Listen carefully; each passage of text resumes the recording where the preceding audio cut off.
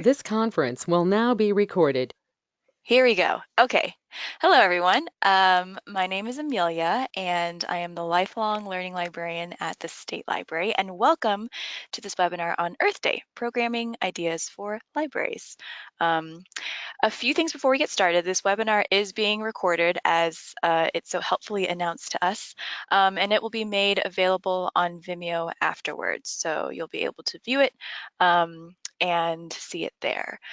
There is also a chat box down in the corner, which we have all been using, which is great.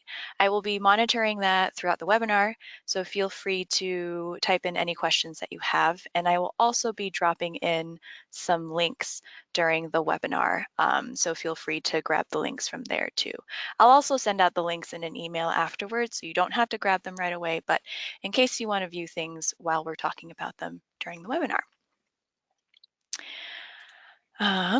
So I also wanted to take some time to introduce our guest speakers today. With us, I think, Susie, is Dr. Ahmed with us today? Or maybe she wasn't quite able to make it. Um, I am not 100% sure, but hopefully she'll be with us. If she's not on now, hopefully she'll jump in a little bit. Okay, cool. Well, hopefully Dr. Selena Ahmed, who is the Associate Professor of Sustainable Food Systems at Montana State University, will be coming. And then we have Susie Taylor, who is the Director of the Science Math Resource Center at Montana State University. So they'll be talking about an exciting Montana citizen science research opportunity later on in the presentation. And I'm very glad that they were able to make it today. So for today's agenda, we'll be going over the following topics. First, we'll give a brief overview of Earth Day and what that's all about. Then we'll be highlighting some Earth Day resources from the Space Science Institute, which have been specifically designed for public libraries. I'll be discussing two super fun activities that I actually tried myself with help from some other state library staff. And then we'll talk about citizen science resources and opportunities that you can participate in. So there will be time for questions and comments at the end, but again, feel free to ask any questions along the way as well. So first, a little bit about Earth Day. Earth Day was started back in 1970. This is the 50th anniversary, the gold anniversary, if you're into anniversary colors. And its mission is to build the world's largest environmental movement to drive transformative change for people and planet. So it actually started in the US and has grown into an international movement. And especially with climate change today, it's definitely at the forefront of many people's minds. So you can find out more about Earth Day on their website if you like. And let me actually just go ahead and drop that link into the chat box. And in honor of the 50th anniversary, a lot of organizations have created content and resources to help people celebrate Earth Day around the world, which is what we will be discussing next. So one of those organizations that has so helpfully created resources is the Space Science Institute. And for those of you who received a summer reading kit in 2019, the Space Science Institute, they were the wonderful folks who gave us a grant to create those kits and distribute them. And they've been amazing to work with for public libraries. A little background on SSI, they are a research and education nonprofit with a specific focus on expanding people's understanding and appreciation of Earth, the solar system, and the universe.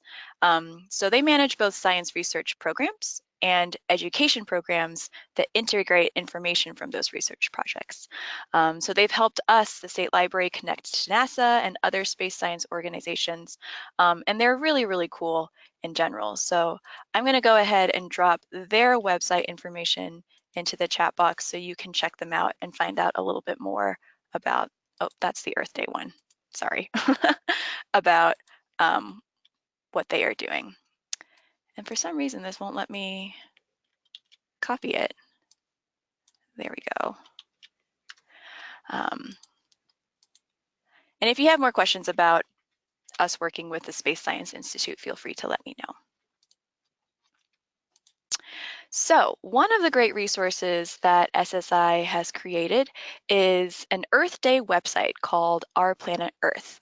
And I'll go ahead and stick that in the chat box if you want to look at that.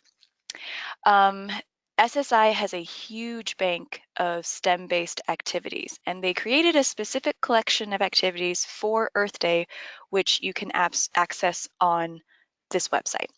They also have excellent webinars that you can view about STEM programming in general, videos about cool environment-related research that NASA is doing, as well as really great graphics and printables that are, not only are they great to look at, but they're really informative. It's really great for sending out social media things and those sorts of toolkits. So definitely check that out. I would recommend registering for free on their website. You'll be added to their Earth Day participant map. And I think right now there's a few people registered in Montana, but you'll show up right away if you get registered. And then you'll get great suggestions and information through a monthly newsletter, and you'll be entered into a raffle for free stuff. And we love free stuff. Some resources that I want to highlight from the website. The first is their Earth Campaign video collection, which are inspirational clips that show specific environmental impacts and changes that are happening around the world. And it also has input from the scientists who work on studying those changes. These videos are very short, they're well explained, and they show some very real effects of the changing climate around the world.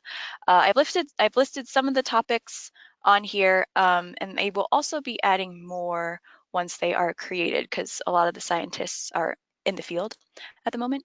But here is the link to the website if you want to check that out in the chat box. Another great resource is the NASA Earth Day posters.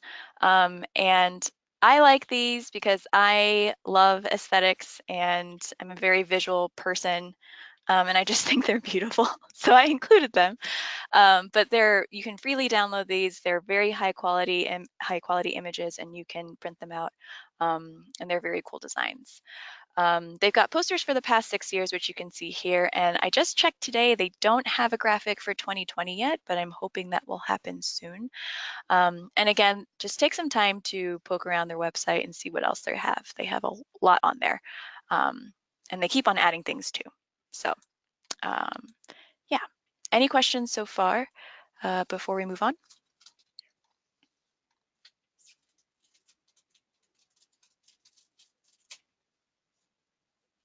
Okay, I will go on and go ahead. So next, I wanted to take some time to highlight some of the STEM activities that SSI has put into their Our Planet Earth collection. The first one is called Windy City Tower, and it's really fun and easy to do. So you can see here, this screenshot is the activity page for the Windy City Tower. And there are really excellent directions on the website, along with how-to videos and supplemental activities. Everything's very user-friendly. And I am dropping the link into the chat box now, so you can take a look at that. For this activity, you will need some paper, tape, scissors, a ruler or measuring device of some sort, a motorized fan, and a washer. I did not have a washer, so I just used some quarters, and that worked fine as well. And so here you can see the basic setup for this activity. What you're trying to do is you're trying to build a structure using the paper and the tape and make sure that it supports the weight of the washers or the quarters or whatever you're using, and see if it can withstand the wind from the fan. You want your structure to be the one that can stand closest to the fan without, blowing over or swaying too much or whatever. Some rules are that the washers or quarters or whatever need to be at least 14 inches off the ground, and the structure must be freestanding. So you can't tape it to the table or anything like that. It just has to be sitting there. So as you can see here, I conscripted 2 of my coworkers to help me test this. And you can see our structures here as well as the fan setup. Depending on your fan, I would recommend first testing things out to see where the starting point should be for your structures, where everyone lines up their buildings. You might have to play around with this and play around with the fan speeds as well. Our distance here is quite far apart because the fan we used was a real clunker and only had 2 settings, which was like strong and really strong. So that's why we had to set it up kind of far away. But if you have a smaller fan, you can set it up closer and, you know, it'll be a little bit less scary to manage. So you can see in this next picture that we are moving the buildings closer to the fan, and you weren't able to see this in the picture, but it was very interesting to see which ones swayed a lot in the wind, and then which ones didn't, and then which ones completely fell over. It's really fun to encourage people to create all different kinds of structure shapes, and you know, variety is the spice of life. So it makes it cool to see how it reacts to different structures. Here are also some supplemental videos that talk about the specific scientific phenomena that happens with tall buildings and wind. So it creates these things called wind vortexes. And then it also talks about the kinds of construction techniques that people use to reduce wind loads and to reduce the amount of swaying that the building experiences. So this could be a great thing to watch after the first round of towers, and then have people create towers for a second round using some of the techniques discussed in the video.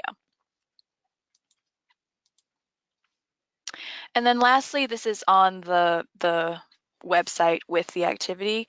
The website has a bunch of supplemental material as well. So they have links related to the activity. They have books to recommend on this topic, all sorts of things. So I encourage you to look through that. It has a lot of great stuff there. And you can also sort of lengthen or expand or change the activity by adding different challenges. So you might maybe make towers out of special materials, require it to hold heavier weights, make it have certain structural elements, or make it taller. So it doesn't have to be a simple one-time thing. I think you would be able to alter it to make it more or less complicated. Any questions about that activity?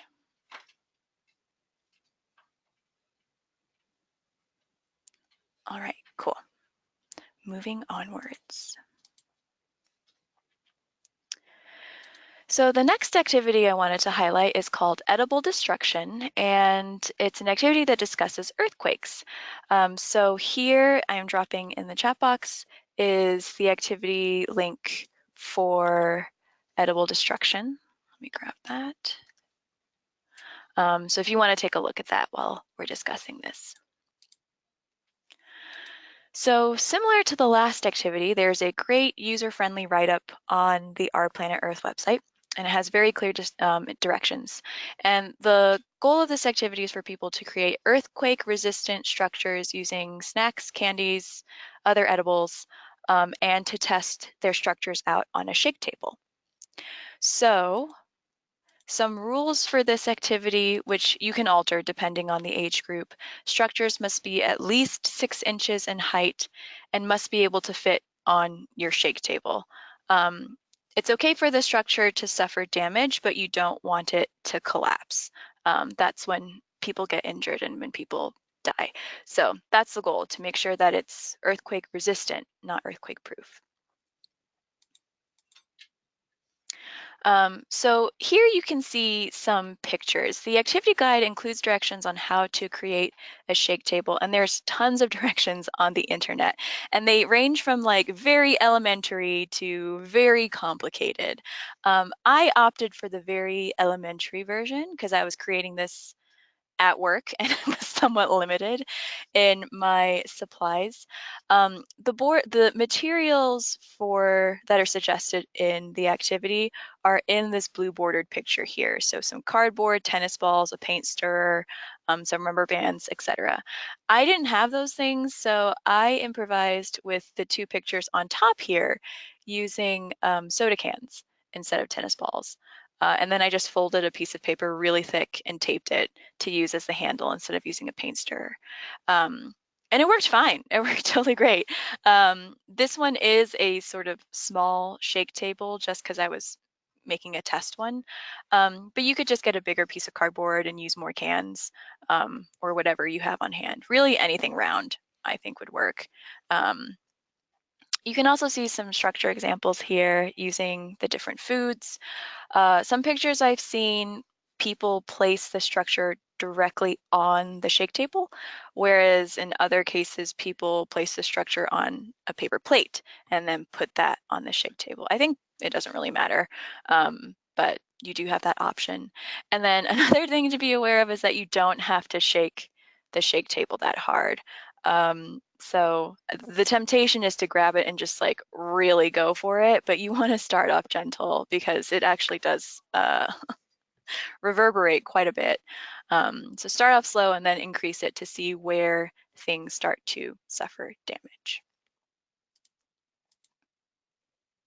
So here again are some more supplemental videos about different techniques that are used for building earthquake-resistant buildings, as well as videos about why earthquakes occur. Again, this could be something that you watch after you do the first round and then have people create structures again using the techniques they just learned.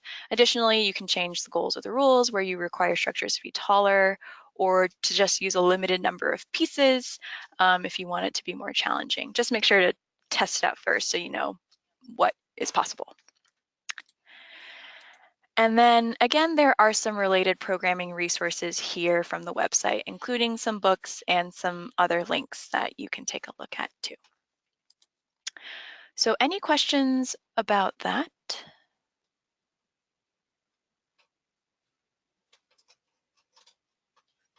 Okay, then we will go onwards. Here is just another list of other activities that are on the Our Planet Earth website that are fun and easy to do and demonstrate important scientific or environmental processes. So making a rain gauge, seeing how solar energy works, creating fossils using Wonder Bread, which seemed really fun. There's lots of really good stuff there. So again, I just recommend that you look through the activity bank and see what you might be able to do.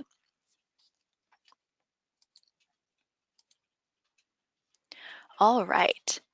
So the next thing that I want to discuss is citizen science projects. So April is not only the month for Earth Day, it is also Citizen Science Month.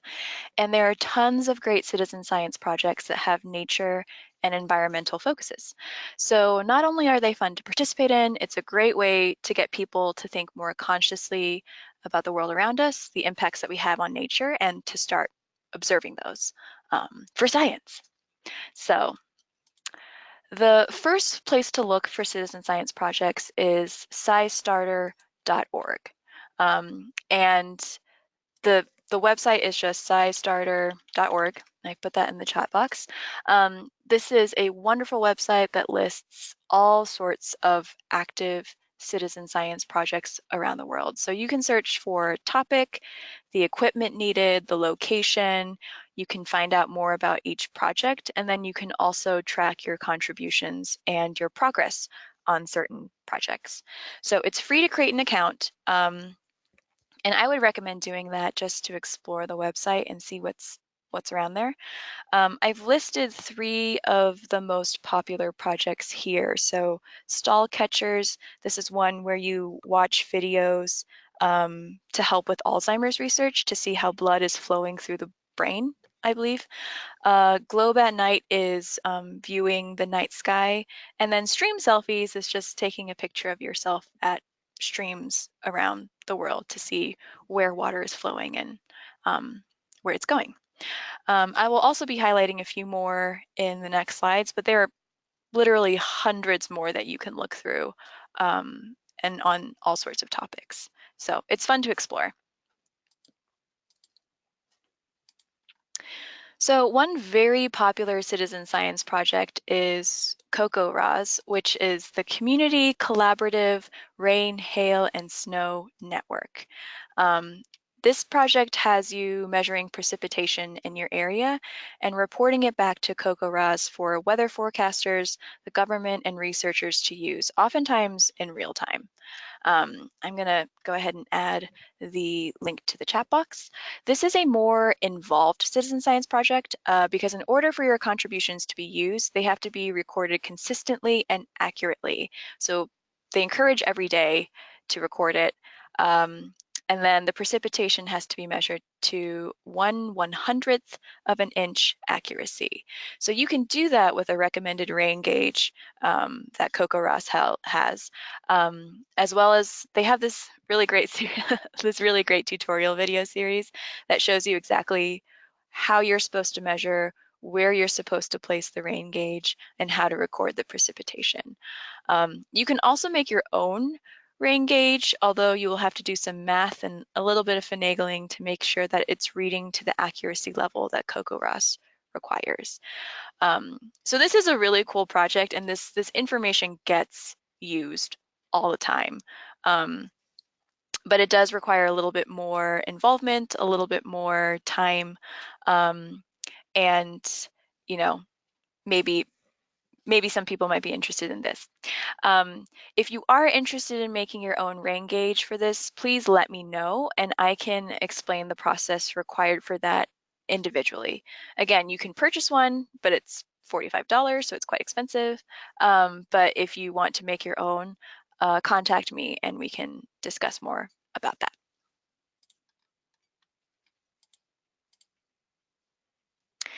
So another citizen science idea is to have citizen science kits at your library to check out. So public libraries in Arizona have these kits for a handful of citizen science projects, which you can see here.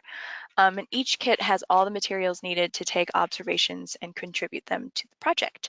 So the list of all materials is in each kit. List of all the materials in each kit is on the SciStarter website, and I'm going to add that link to the chat box. So you can see if there's a kit that is something that you can replicate for your own library. Some of them are a little bit more expensive because they require special measuring or observing devices, and others are like $20 to make. So if you want to take a look and see what you might be able to do, feel free to do so.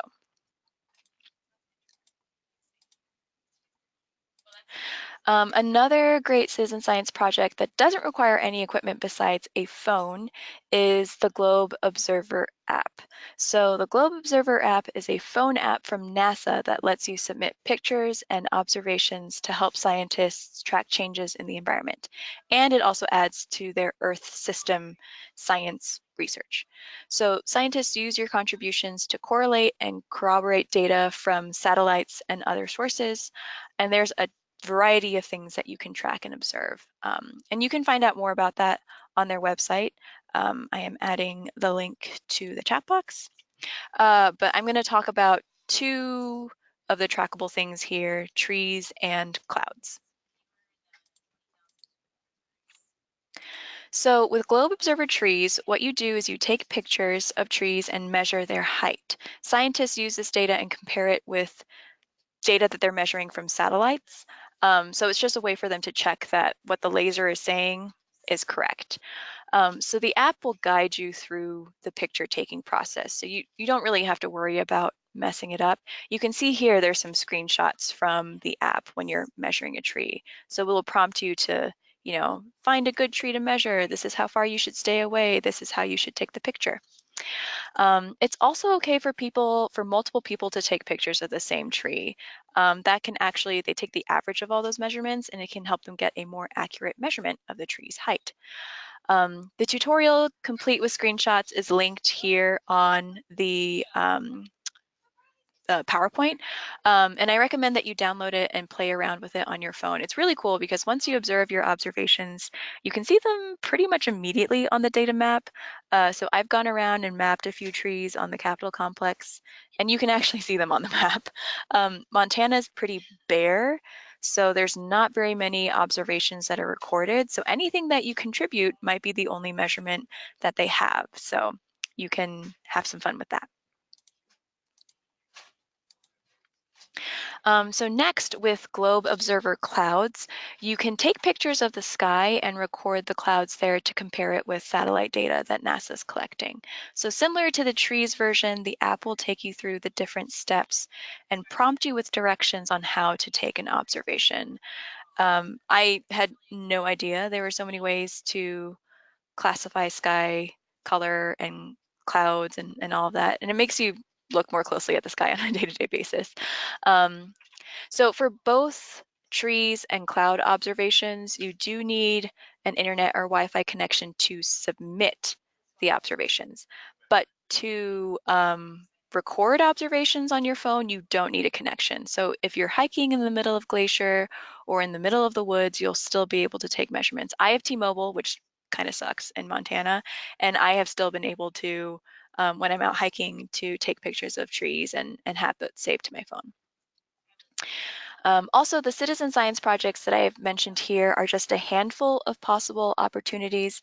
I encourage you to look more around if there's a particular topic you'd like to pursue, because there are so many opportunities to get involved with citizen science. So any questions about that?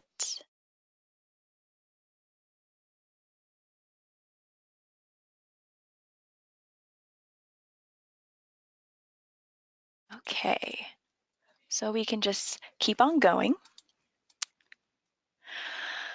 So we've talked about some national citizen science projects, and now we're going to talk about Montana-specific citizen science projects that you can get involved in. So the first one I'll talk about, Susie actually sent this to me the other day. It's with Yellowstone National Park, and it's called the Yellowstone Phenology Project. So phenology, which I learned, is the study of plant and animal life cycle changes over time. And Yellowstone is looking for volunteers to help with these measurements and observations from April to October. I've linked their website here in the PowerPoint, and I'm also putting the link in the chat box. So you can look there for more details, but if you commit to at least a weekend per month in that time frame, you will get free housing in Gardner for those weekends. You have to commit to at least 5 weekends though. So the weekends are listed on their website, so you can see if it conflicts with anything ahead of time. This does require some hiking. They said about 5 miles off trail at times, and then also lab work. But you know, cool opportunity. So maybe you know of someone who might be interested in this. They are having an information session about it at the Bozeman Public Library on February 13th from 6 to 8 p.m. So you can stop by and learn more there, or they have contact information on their website if you want to get in touch with the project organizers. But that is a possibility.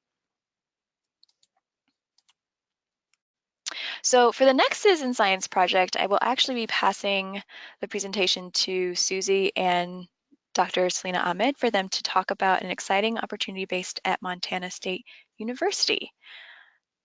So Susie and Selena, if you want to unmute yourselves. Okay, here we go. Hi, everybody. I'm Susie Taylor. I'm based at MSU in Bozeman, and I'm with the Science Math Resource Center. We're in the Department of Education, and our goal is to connect organizations and educators with some of the science, technology, engineering, and math resources at MSU. Oftentimes, we're working with researchers who have some federal funding to do their work, and often there's an outreach component that goes along with that. So I'm really happy to connect with libraries. I think that's a great opportunity for people in communities all around the state to connect with some of the research that's happening at MSU and also take advantage of some of those resources. I'm a huge fan of citizen science. In fact, I thought of something funny while Amelia was talking about the Globe Clouds app. I've used it quite a bit myself, and it really does make you more conscious of the sky. I play tennis in the summer, and one day I was playing outside, I was serving, And I looked up, I'm like, I really need to take a photo of those clouds. And then I kind of screwed up my serve. But I was certainly more observant of what was going on around me. So today I wanted to tell you about a citizen science project that we're working on. It is connected to a National Science Foundation project that's happening at MSU and with our partners at the University of Wyoming and the University of South Dakota. You'll also hear from just a moment in one of our researchers. This way you can kind of hear about the outreach and the research together.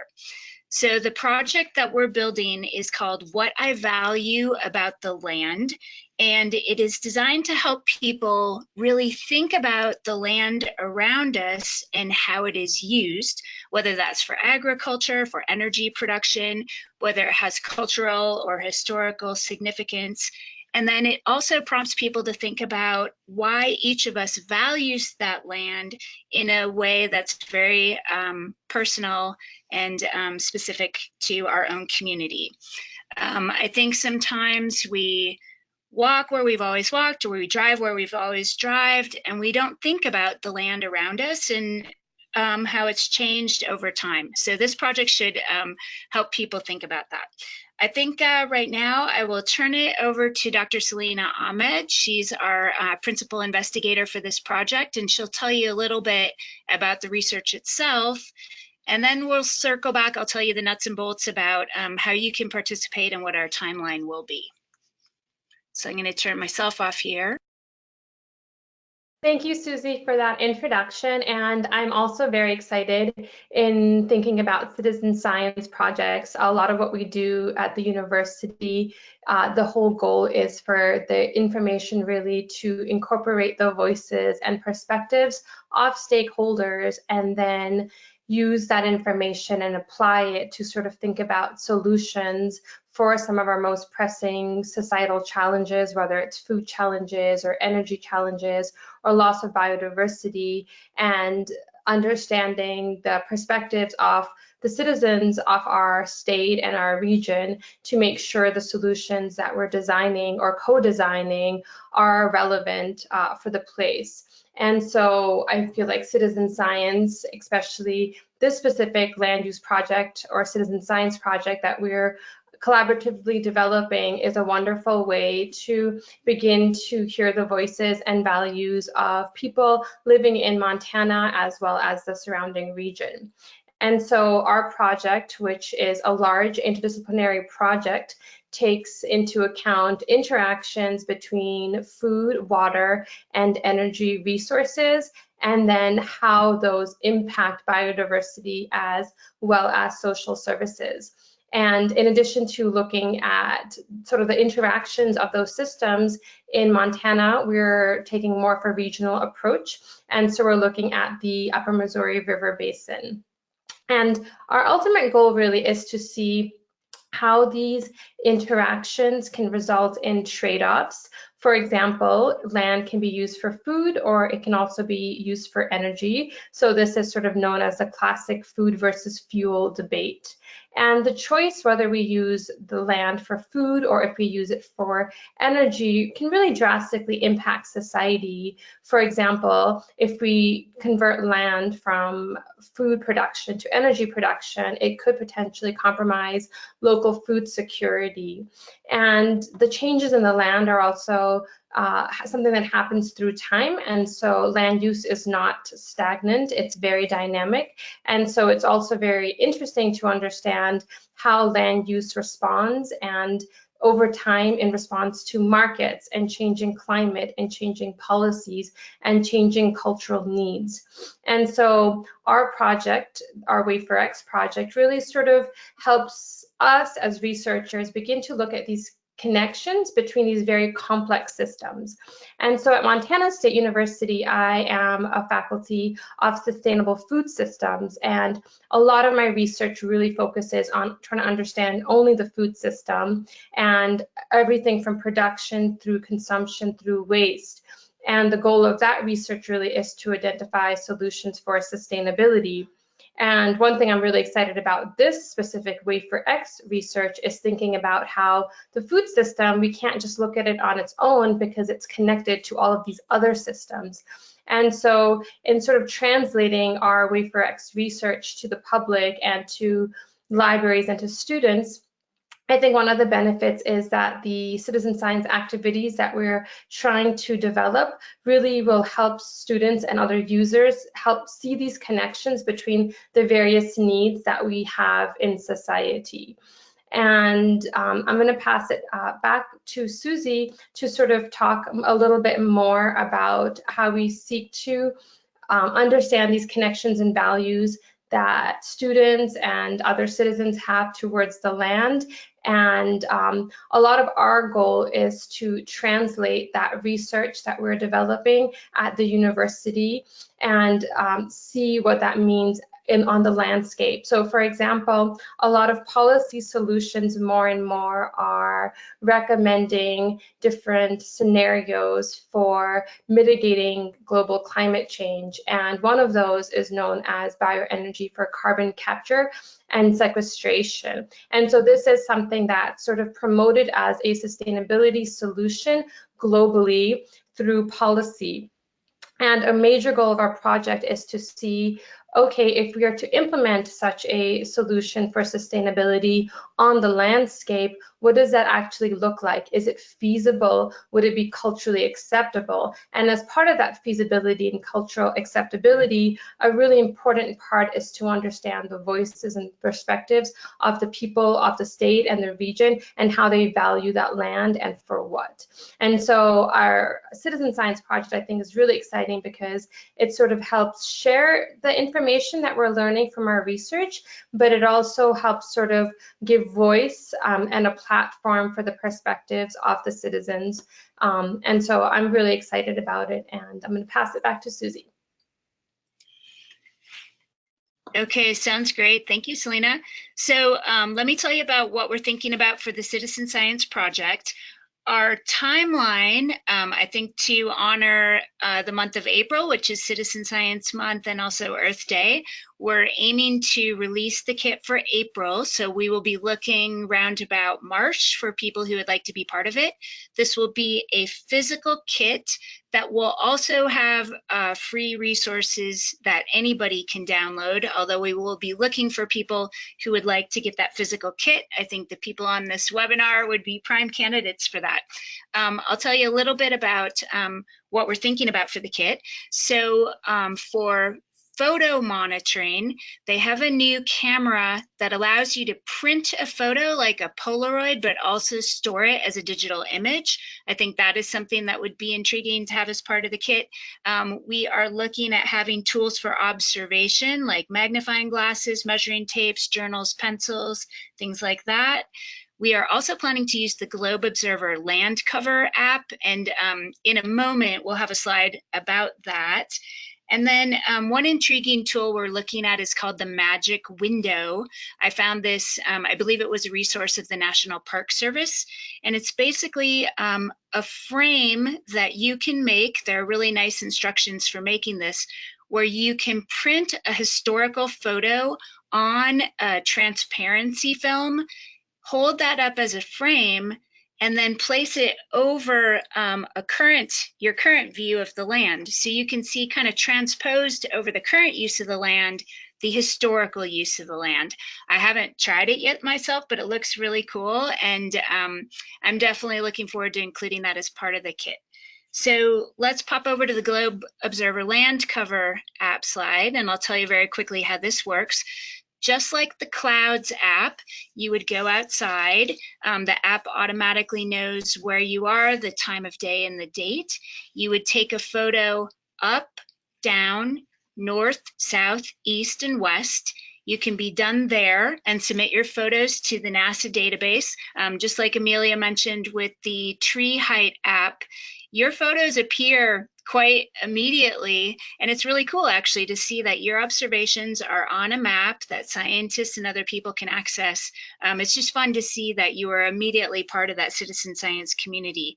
So if you want to pop over to the next step, you can actually then classify the land. Oops, sorry, I was thinking about the next screen in the app. In the app, you can then classify the land. You could say, what I'm seeing in front of me is 50% parking lot, 30% bushes, and 20% trees. You can do that in each of the cardinal directions and then submit that extra data.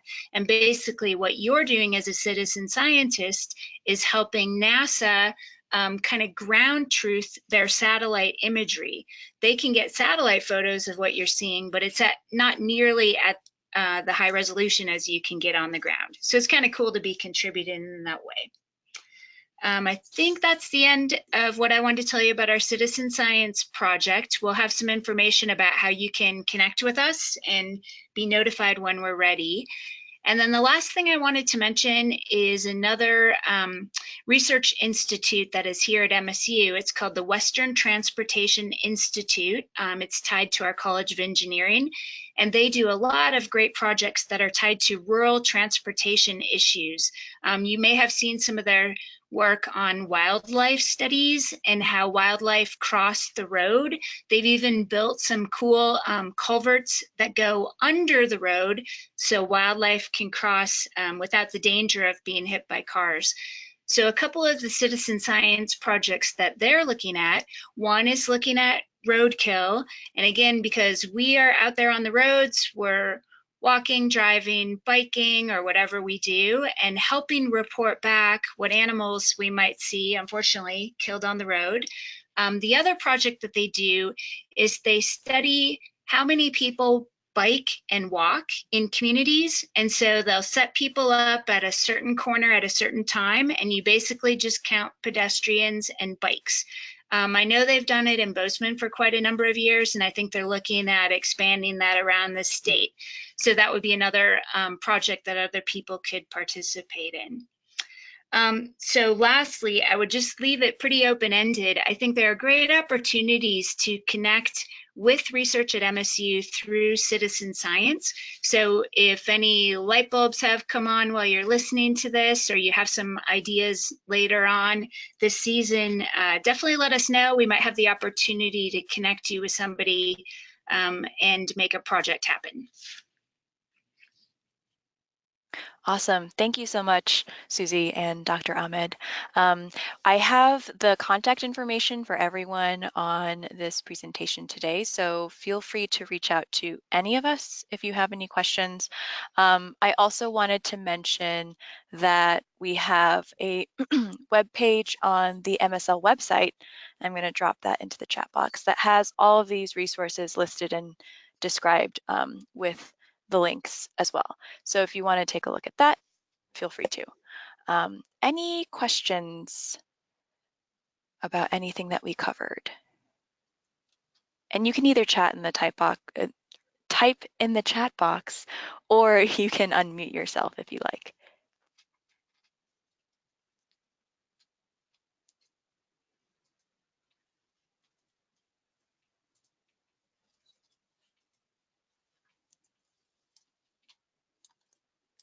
Yay, I'm glad that, I hope that this was helpful for people and that you guys have some more ideas for Earth Day things. Any other questions? I'll wait, maybe 20 more seconds.